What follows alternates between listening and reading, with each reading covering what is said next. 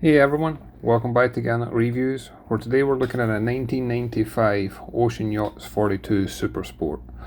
This is actually the second Ocean Yachts 42 that we've got on the channel, and as you can see here, this one has been well maintained and is in pretty much ready to go turnkey condition.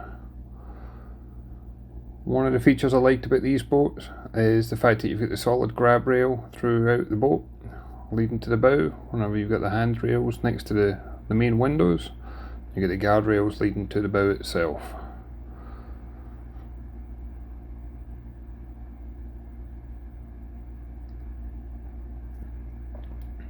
At the bow you've also got the windlass here, and that's going to be controlled from the deck as well as from the helm. When you make your way to the stern, you can see again the grab rails that's throughout the windows. It's kind of like blended in and almost camouflaged as you make your way to the aft cockpit. There's plenty of room here for fishing. I believe there's 6 rod holders on the cockpit itself, and then you've also got the rod holders at the side making it an 8. And then if we come up to the fly bridge, you'll see she's got the rocket launchers on the back as well.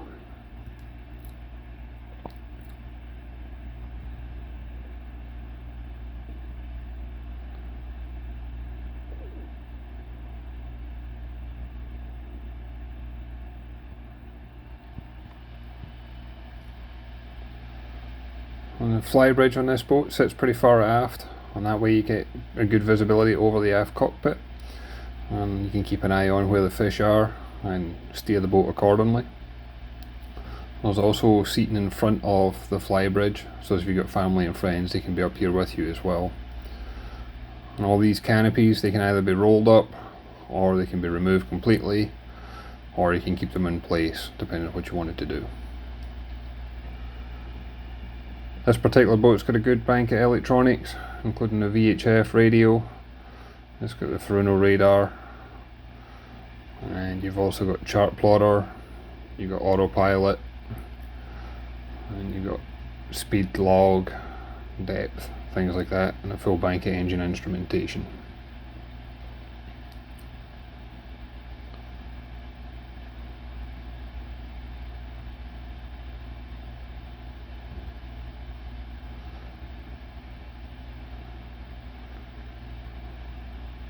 There's storage underneath these seats as well as I get drinks holders in the front there for entertaining your guests. We've also got controls here for the outriggers. Although the outriggers aren't installed, they do come with the boat, and the owner actually showed me those. They're stored in a shed at the owner's home. They should be easily mountable since all the brackets are already in place. I like the fact that on the main cockpit you can control the engines.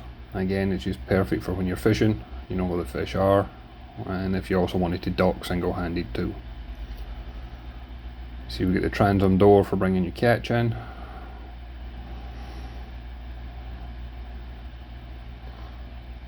plenty of room here. At your bait station for cleaning and prepping the different bait that you might have, or the fish that you might catch.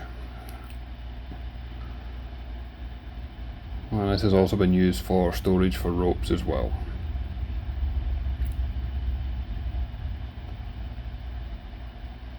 Underneath the deck there's access hatches here, and these are going to be used for live well and things like that. Now, one at the transom that I'm about to open here, this is giving you access to all the steering and rudder equipment, but you can actually use that for storage as well. And then we've got our third one here,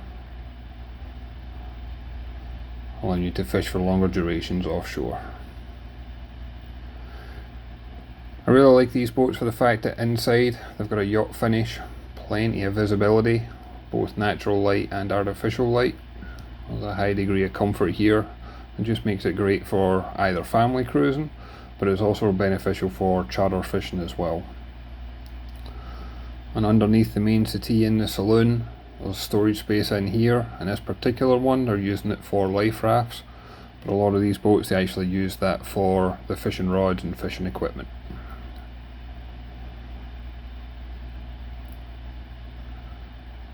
As you move forward, you see we've got the entertainment here on the starboard side. There's television, for example, a little dining area.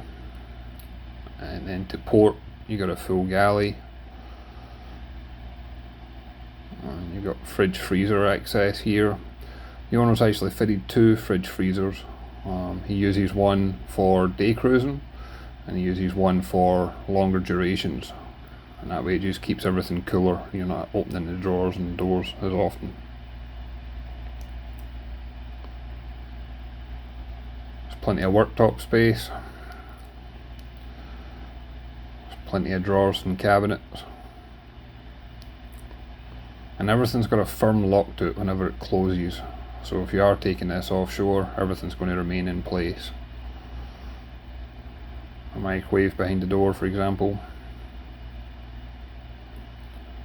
And this one's got plates and cups, but this has actually got something that keeps those everything in place. It's got something that sticks up so that they can't slide everywhere.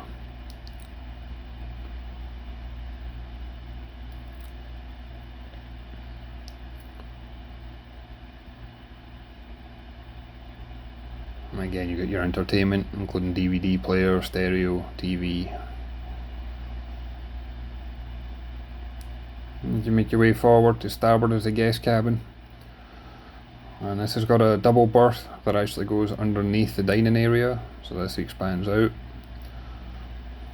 You can easily fit 2 adults on here. There's plenty of ventilation from the AC in here as well. There's good lock and storage here for your personal belongings.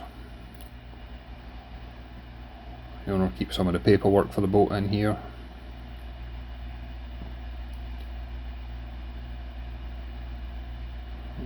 As well as, I think there's several drawers in here as well.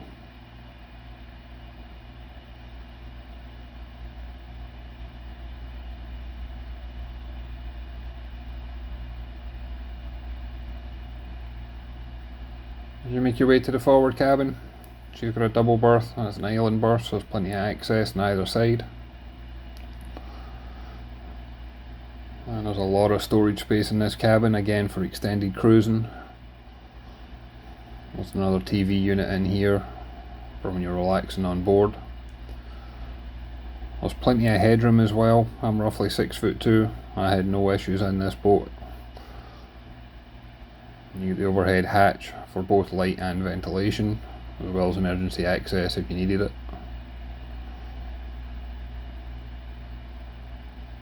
And as you see as I'm opening these, all the doors lock in place with a catch. So again, nothing's going to fall out whenever you hit rough seas. And although it was bright when I viewed the boat, I like the fact there was as much lighting, including a light under the bed. So it just makes it feel more comfortable and also safer at night. And this cabin's not quite ensuite, there's only one head on board, but you can access it from the forward cabin as well as from the main passageway. You get the toilet, the sink, you get the shower, you get a vacuum flush system on here.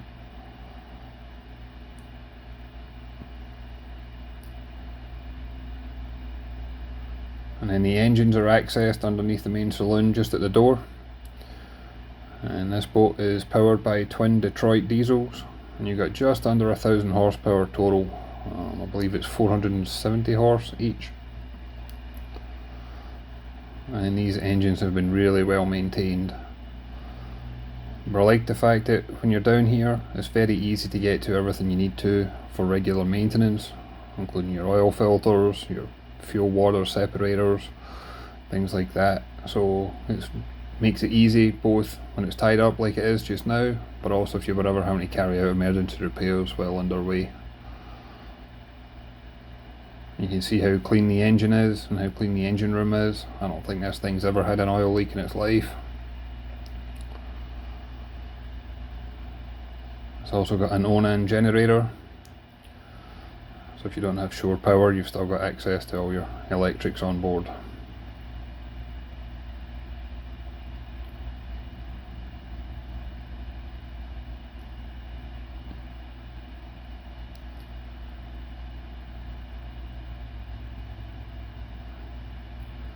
If you also notice the engine mount, it makes this boat a very smooth running engine. Makes it very comfortable on board.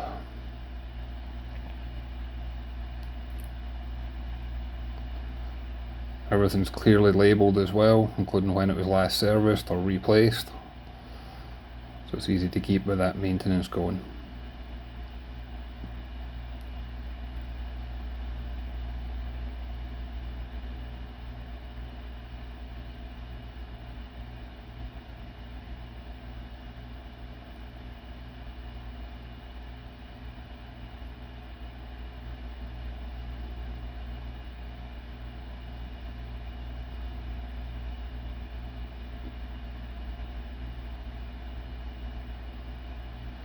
I'd like to thank the owners for allowing me on board to take a look at this boat. I'd like to thank Slam Yachts for arranging this viewing, and I'd like to thank you for your time and watching this video. And I'm also going to post a link to the other Ocean Yachts that I've got listed on here, which was a 1993 model. And I look forward to catching you on the next one. Thanks everyone.